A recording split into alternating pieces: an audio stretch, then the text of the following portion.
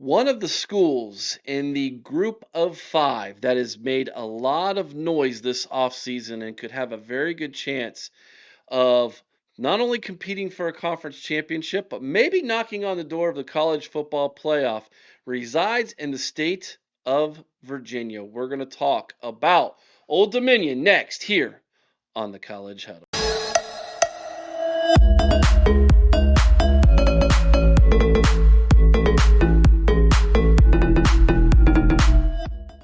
And joining me here on the College Huddle from the Monarchist Podcast would be Mike.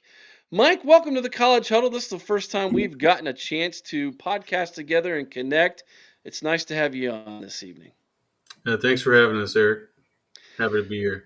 So a year ago, when the College Huddle launched, a little over a year ago, one of the group of five schools that was one of the podcasts I had to get on the College Huddle was the Monarchist. It is a fantastic website, a fantastic podcast.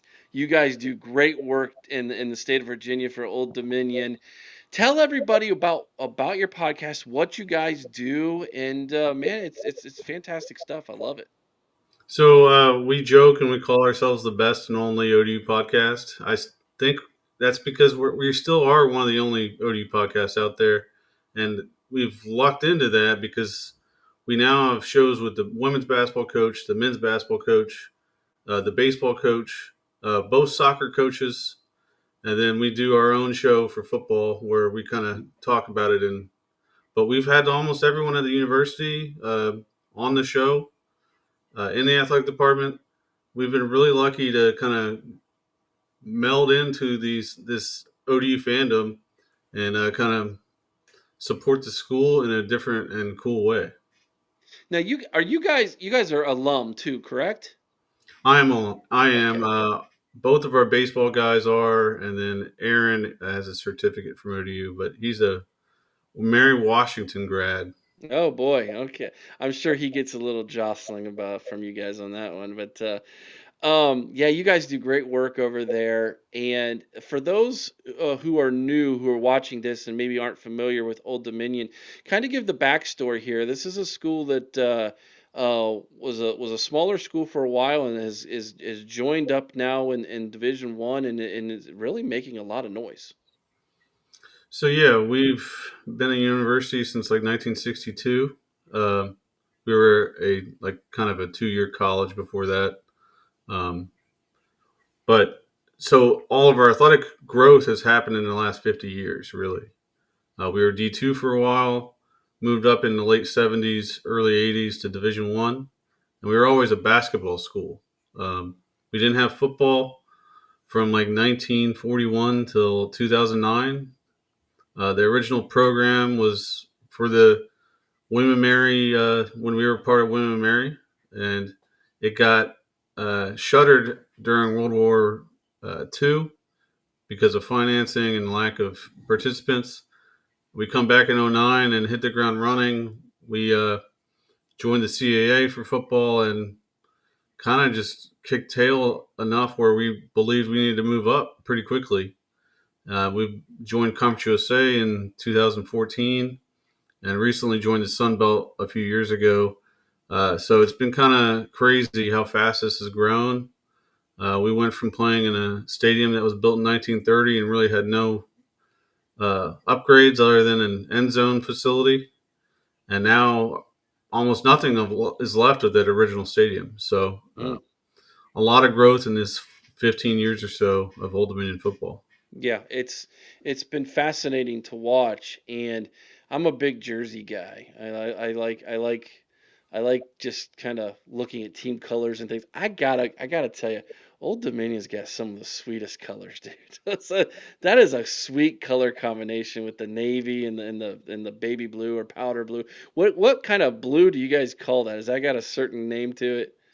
So the baby blue we call Hudson blue. Okay. It's named after Carroll Hudson. He was a longtime SID at ODU. That was our actual original color, was the baby blue.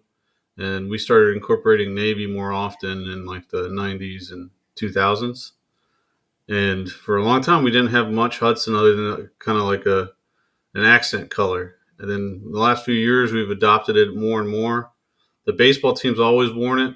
Hmm. So the other programs kind of jumped in on rocking the Hudsons more often. Yeah. And I it's a don't great have an Old Dominion hat, so I had to find something to kind of get myself in the mood for this interview. So I got to shout out Billy Bob's Backyard Barbecue. He's got a cool hat, so I had to wear that one for you all tonight. All right, man. Now I know what a monarch is because I actually played against a high school who were the monarchs. It is not a butterfly, folks. So that's not what it is. But tell everybody a little bit about your mascot background too. So, as we mentioned before, we were a part of a William and Mary at one point. So, King William, Queen Mary. Obviously, we're royalty, so we take on that royal lineage and become monarchs. There you So, go. Now I got to see. We eventually need to make it to where you guys can get a real lion to the games. That's got to happen, man. We've had tigers, we got buffaloes. I mean, come on, we got eagles flying around states. Let's get a lion there. Let's do this, man. it would be nice, but not many know this unless you're from the area or have been to the area. Norfolk is home to the headquarters of PETA. I Uh think oh. I think that'd make it very hard for us to have a real lion on the field. All right. So does the mascot have a name by chance?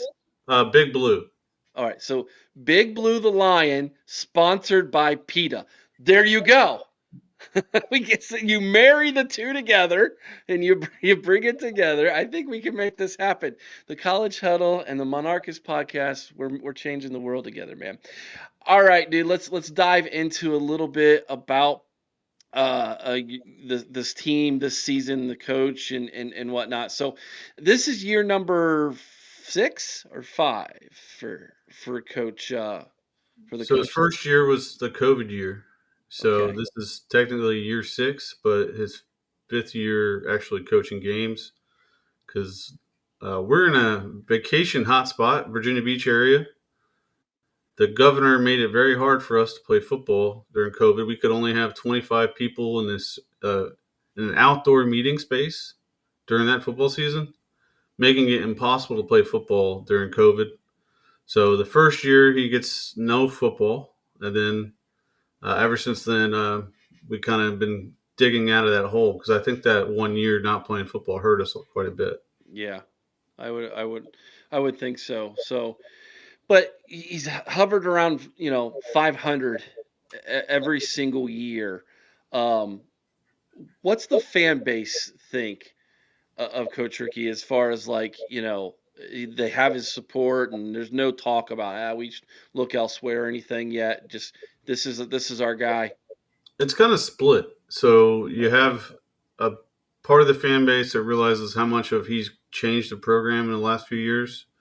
Um, our prior head coaches, our only other real head coach in our history was Bobby Wilder. He would beat the bad Conference USA teams and then get smoked by the good ones. And then now under Ricky, we're competitive in every single game we play. We lose a lot of one-score games, but we win our fair share of them too.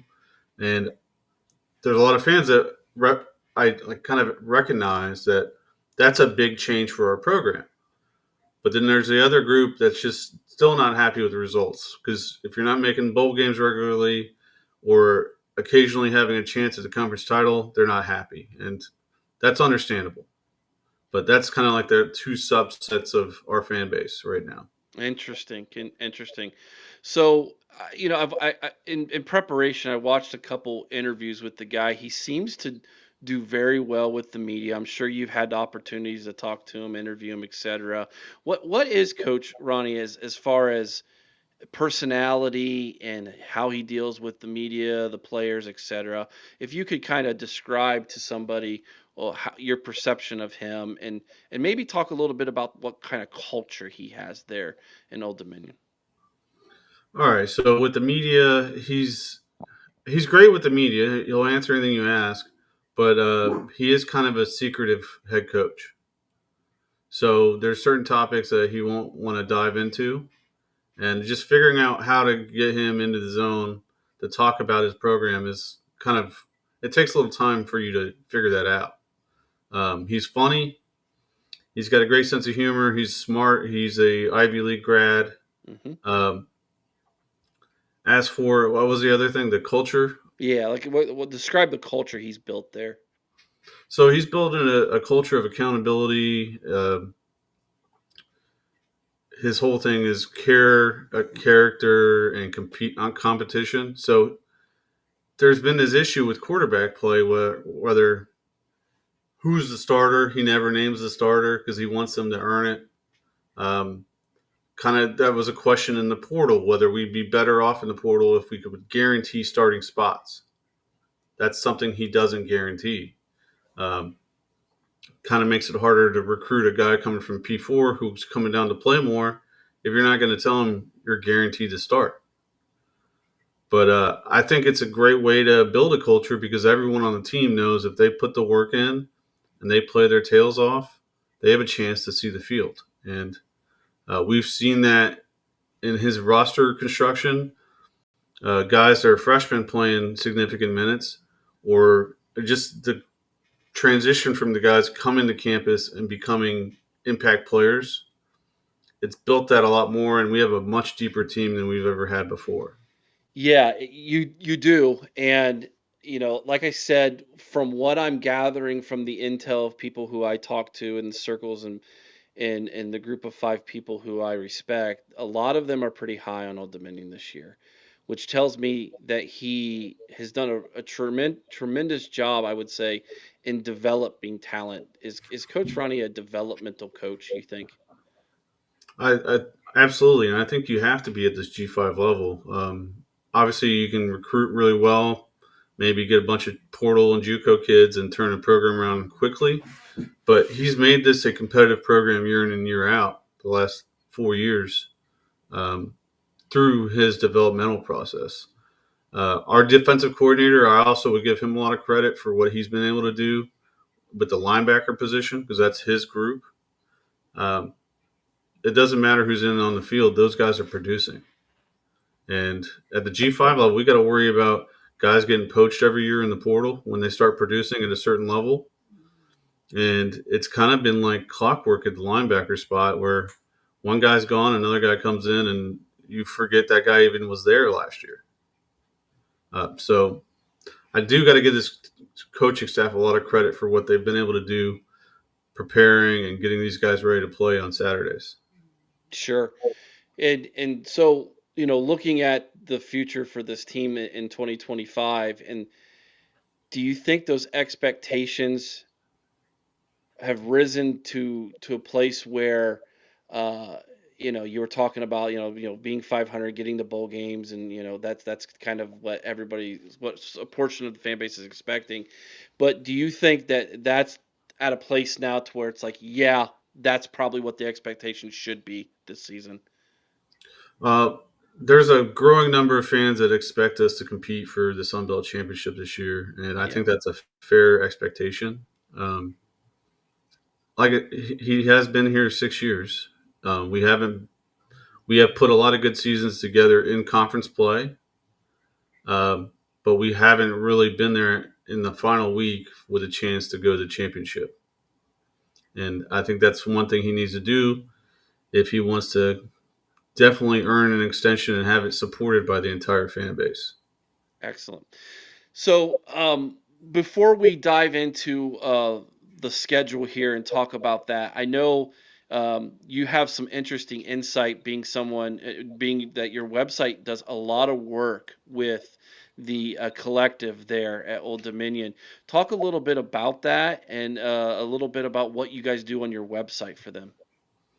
So, one of our whole goals when starting the podcast was trying to just support the program in general, in whatever way that is. And we first started out with like a fundraiser for the baseball team.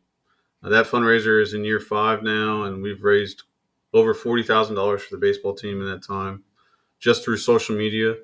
But when the collective got started, they needed content to kind of reward the fans for their support of the collective.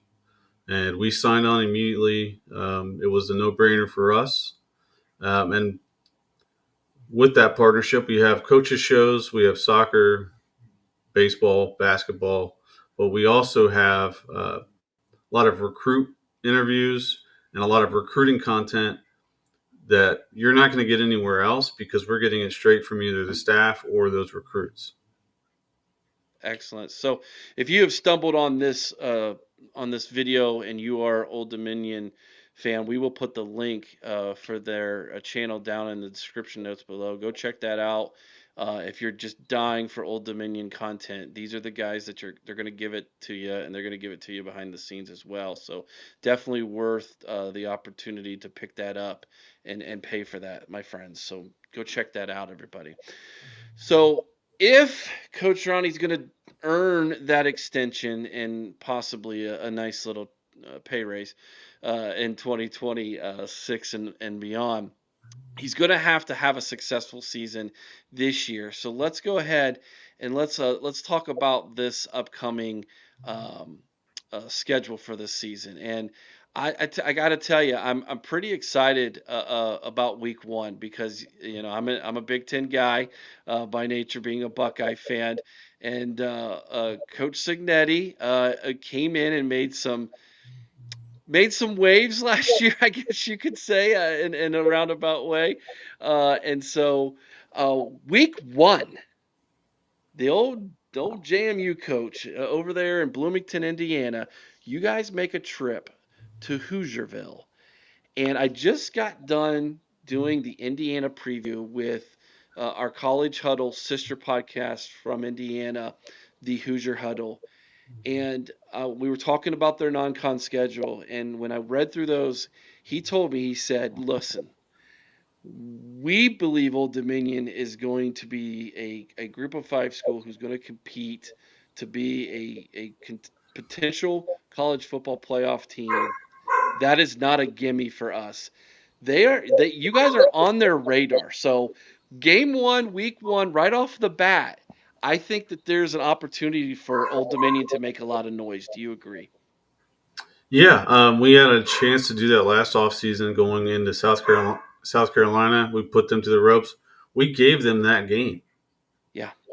So we know in week one, if you come out swinging and you fight hard on defense, you're going to give yourself a great opportunity to kind of surprise a team because they're still working through their stuff. This is their first game too. Like there's jitters, there's going to be communication issues, all of that, and it's your one chance to kind of punch a team that maybe have more talent or maybe is deeper than you in the mouth and catch them off guard a little bit. Yeah. And this Old Dominion team is pretty talented, and we've been on the road. If you looked at our last few years of schedules, which is the hardest part about judging Ricky Rahne, is how hard our schedules are. I mean, the Sun Belt East is the best G5 division in football. And then we always play a tough non-conference schedule, usually two P5s and maybe a really good G5 like a Liberty this year. Mm-hmm. So we're always challenging ourselves, and kind of if you're not winning at least two of your non-conference games, you're kind of putting yourself behind the eight ball. Yeah. Week two, North Carolina Central. That should be a win. Virginia Tech. Let's just right off the bat, going back. Um, Gonna enter Sandman there. The Monarchs are gonna get to enjoy that little intro there from Virginia Tech. I gotta feel like again this isn't Beamer's Virginia Tech. This might be a game you guys can sneak up and make some noise, get a big surprise win. Your thoughts? Yeah, we got their last coach fired. I believe that wholeheartedly. We beat Fuente on the road or at home, and I believe that kind of got them off to a sour start for their season and kind of made it impossible for him to get back to winning. I think this is our chance to get Brent Pry fired and put him on the. I think he's already kind of in like the hot seat where Kinda, yeah. he's got to put together a miraculous season to save his job. I think because I'm not sure if another 6 or 7 win season gets it for him. Yeah. But we have the one thing that's hurt us the last few years is we had a decent quarterback play, but until last year midseason when we started Colton Joseph, we didn't have an electric quarterback that fit the spread system, a guy that can throw it, a guy that can run it, and we have that guy now. And then it's going to be year two. Him going into Tech, it's going to change the dynamics of what that game is this year, I think. Yeah. No, that's good insight. I agree with that. You mentioned it before, Liberty. So we're one of the they were the team to make the New Year's Six Bowl a couple years ago. From the group of five, they are obviously a team that's going to be competing for Conference USA uh, championship again this year. Um, is this, you guys are kind of close in proximity to one another a little bit. Is this kind of like a group of five little rivalry, little maybe a little bit here, a little tick for tat with them? I can understand why you would ask that, but there's like zero Liberty graduate presence in Hampton Roads. Um, Okay. I think rivalries are built with people you go to school with, people you work with, your neighbors. Like ECU and JMU fans are our neighbors and are the people we go to church with, and so on. I I don't know a single Liberty grad in my life, and Okay. uh, I don't know. It's not like that, I guess. Okay. No, I was curious, but hopefully that there's something doesn't happen and it starts a rivalry with you guys this year, but you never know. But I'm intrigued by that game. I think that's two of the better group of five schools in the nation that both have expectations of, conference championships this year, competing to maybe put their name in the top 25 somewhere. And so that one's intriguing to me. All right, let's talk Coastal. How annoying is that field? It's better in person, to be honest. Really? Okay. Yeah. I was curious what you would think about that. I mean, you guys have the superior blue, do you not? Oh, I don't think it's a question. I, They also I say mean, they also say ball at the beach, and they're not that close to the beach. I think we're actually closer to the beach than they are. okay, I got So, you. Hey, look, I'm trying to poke the bear here a little bit, Mike, and to get some good group of five stuff going on with you guys and some of well, our other sister all right. podcasts. So So, back to Liberty. Their quarterback this year is going to be Ethan Vasco. He's a Coastal Carolina transfer. He was originally committed to Old Dominion. He flipped at the last minute to go to Kansas before he went to Coastal. Or before he went to Coastal, that kid has ruined us the last 2 years in comeback games. oh, okay, First year he did it with his feet. Last year he did it with his arm. Hopefully this is the year we get him. I mean, he's a local kid. Like he went to high school like 10 miles from the university. So this is a kid we want to beat. all right. Now we're talking. You're giving me the stuff I want to see there. All right. Uh, so you start league play against Coastal. Marshall, the Thundering Herd, the Thundercast, good friends of mine from there. Any concern with Marshall at all? I mean, their completely team was completely turned over completely last year. I gotta imagine this one's gonna be a dub, right? I hope so, but Okay. Marshall is a school that has had our number since we've been playing them in Conference USA. I think we beat them 1 in 7 tries or something like that. They're a good program. Like no matter Yeah. what you want to say about Marshall, they're a good program, and they always seem to put good talent on the field every year. So I'm not sure we're there yet where we could say Marshall is a definite win. All right, JMU. You told me that you go to church with these people. You break bread with them. Uh, yeah, like we brought up Sig a little bit ago with Indiana. Um, is this one of those games where you circle it every year on the schedule? You gotta have this is the one you want, right? 100%. This is our rivalry game. This is the team we love to hate. Again, another school though that seems to always put a good quality product on the field, and they're currently the conference favorites by a lot of publications.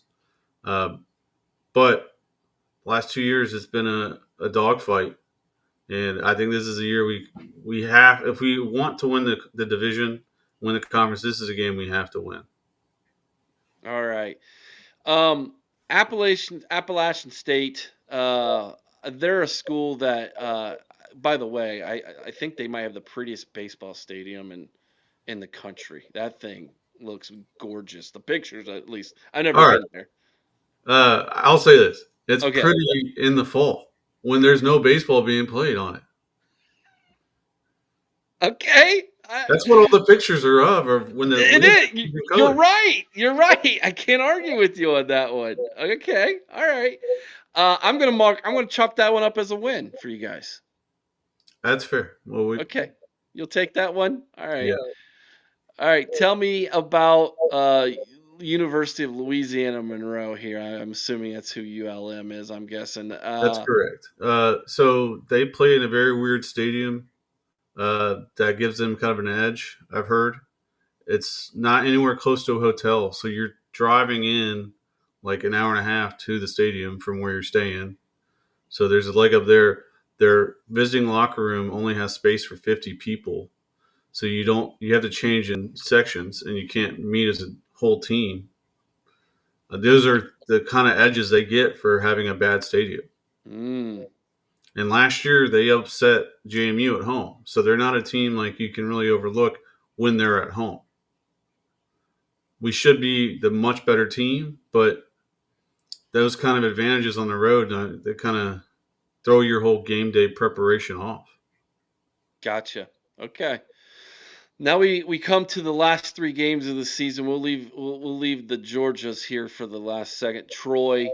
I'm chalking that one up as a W too. I mean, what does Troy have? They're a team that's trying to recover from losing their coach, John Summerall, to Tulane. They struggled last year. Uh, Usually a pretty good football program, but losing a coach like Summerall is kind of tough, and they got to rebuild back from that.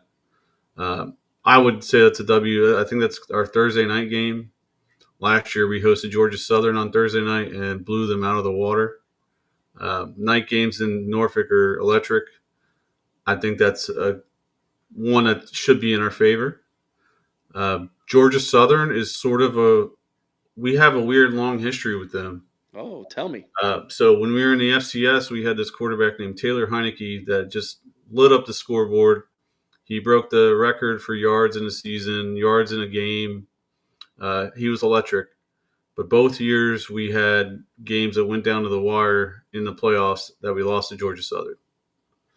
And those two games were what everyone thought. That's the one team that could have stopped us both those years was Georgia Southern, and they did. So we still have those hard feelings about that. And last year we put it on them. We blew them out of the water on national TV, and it was very fun to watch, given those old memories of heartache. Wash, rinse, repeat. Blow them out again in 2025. I can feel that one coming. And then the conclusion of the season, home game against Georgia State, another sister podcast here on the College Huddle. Those guys are hilarious. I gotta imagine if you guys are riding high with some big wins over JMU, Liberty, you know, Georgia Southern, maybe an upset over Virginia Tech, you're knocking on the door of possibly getting in the college football playoff. This game becomes massive at the end of the year. Yeah, it's going to be massive no matter how we dice it because it could be with our non-conference schedule being what it is. Who knows where we're going to be? We might need that for a bowl, um, but we're definitely going to need it to sew up the East Division. And they're usually a pretty tough team with a lot of good athletes, but we have their number. We usually fare pretty well against Georgia State, so I feel pretty good about that one, assuming the season did not go off the rails, because then that becomes a toss up. You never know how teams going to react when they're not meeting their own expectations. But yeah, that's one you kind of circle as a W every year. All right, Mike, I'm going to put you on the spot here, man. I want you to give me the floor and the ceiling for this season looking at this schedule. Where do you think where if things go bad, where are you? And if things go great, where are you? I think 5 wins is our floor. Um, we've had issues with injuries the last couple of years. Like last year, offense wasn't doing anything. We do the quarterback change, new quarterback comes in, and we start scoring a lot. But then our defense gets beat up, and we lose some of our star linebackers, and we start to struggle defensively. That could happen given how difficult the schedule is, especially with two P5 games on the road. You never know how the team's going to react and recover from that. So 5 wins, I think, is our floor. I think this team can win 9 games regular season, possibly. That's kind of where I'm at. We get the 10th win if we make it to the Sun Belt Championship, and then 11 would be in the bowl game. But that's kind of where I see this team's floor and ceiling. What we've done offensively this offseason, we've added a ton of talent at the receiver position that we did not have last year. Um, it's going to be a very different looking offense this season with so many big receivers that can play and run in this system. And it's something I think a lot of the prognosticators are overlooking is how good this receiver unit is and how it's going to impact this team moving forward. You mentioned the system. Tell me what system are we, describe it to me. So we run the same offense that Tennessee runs, wide splits, spread offense. Um, the problem with that offense is choice routes. You're giving some of your receivers an option to run a go route whenever they feel like it. Sometimes multiple guys make that same choice, and it can create a bad offense and put the quarterback in a very tough position where he has really no one to throw to because you throw 2 guys on the same go route, you now have 3 to 4 guys in the secondary in that same area. We have smarter receivers this year that know how to run this offense, that have already ran this offense, and that's a big change for us.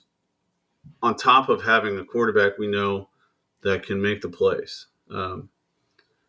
Prior years, we've either had a guy that couldn't make the throw or refused to run.